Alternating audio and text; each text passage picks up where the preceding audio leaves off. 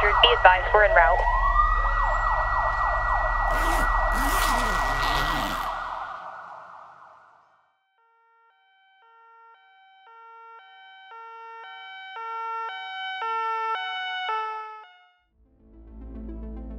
Qu'y a-t-il après la mort?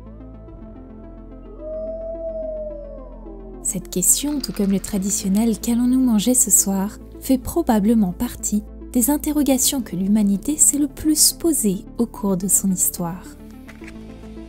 Si pour certains hommes il est impossible d'y répondre, pour d'autres au contraire, les réponses fusent. Il n'y a rien, vous dira-t-on avec certitude. Il y a un grand barbu plein de bienveillance, clamera-t-on avec espoir. Il y a un éternel recommencement, nous expliqueront les plus fatalistes. L'histoire que je vais vous raconter maintenant ne s'inscrit pas dans les schémas de pensée classiques, ou plutôt, elle fait écho aux 3 cadres ci-dessus, en y ajoutant une touche d'administratif, une bonne dose d'heures supplémentaires et un je ne sais quoi de romanesque pour venir parfumer le tout. Je ne pense pas, cela dit, que ma pierre à l'édifice apportera quoi que ce soit à votre réflexion. Personnellement, j'ai voyagé beaucoup, et s'il y a bien 2 choses que je peux vous assurer en ce bas monde, c'est que les meilleurs mojitos sont préparés dans un petit bar de Guadalajara, et que l'unique réponse à la question précédente est celle à laquelle vous croyez. Prenons Mathieu Édouard Bonner par exemple. Né le 29 juin 1990 à l'hôpital Saint-Joseph dans le 14e arrondissement de Paris. Ce jeune lieutenant de police ne croyait pas en la vie après la mort il y a encore quelques mois de cela. Il était persuadé que la fin n'avait pas d'épilogue et que les cendres sorties au corps chaud de l'incinérateur étaient la seule chose qui resterait de vous une fois votre dernier souffle rendu.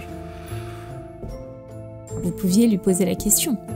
Il était un fervent partisan de la première proposition. Et personne, au grand jamais, n'aurait pu le faire changer d'avis. Oui, mais voilà, les convictions sont parfois faites pour être ébranlées.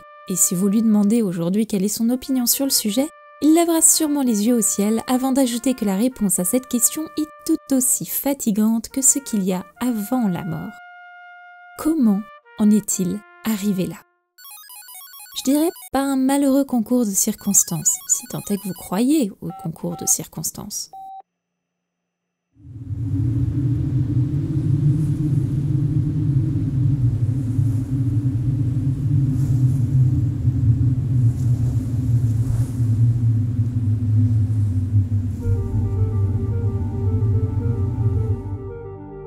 Le 15 février 2018 à 3h15, Mathieu Bonner est arrivé en nage sur la promenade Jade Moreau.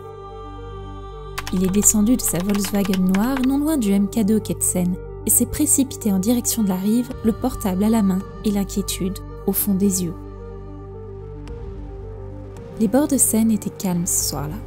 Trop calmes pour le lieutenant qui espérait y entendre la voix de son coéquipier et ami, Maxime Versignac, 34 ans et père de famille depuis le mois d'octobre précédent.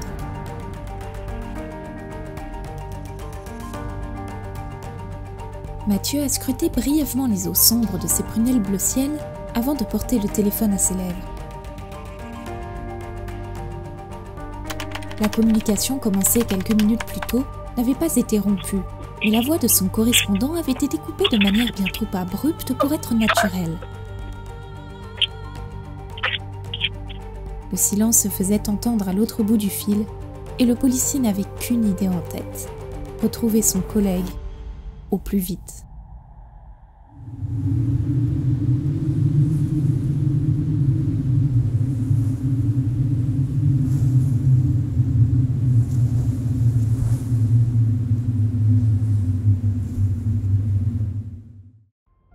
Ce qui a suivi reste aujourd'hui encore assez flou dans l'esprit du jeune homme aux cheveux clairs.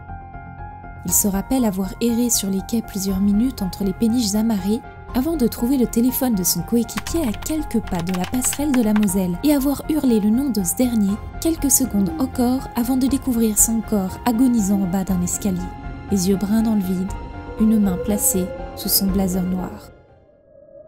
La suite, 2 coups de feu.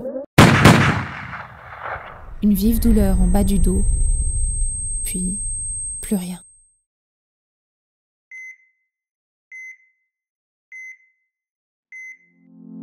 Quand il s'est réveillé le 17 mars, dans une des chambres de l'hôpital Saint-Louis, Mathieu Bonnaire avait alors perdu un ami, gagné plusieurs mois de rééducation et hérité d'une nouvelle obsession. Mais surtout, il allait découvrir que ses convictions n'étaient peut-être pas aussi fondées qu'il le pensait.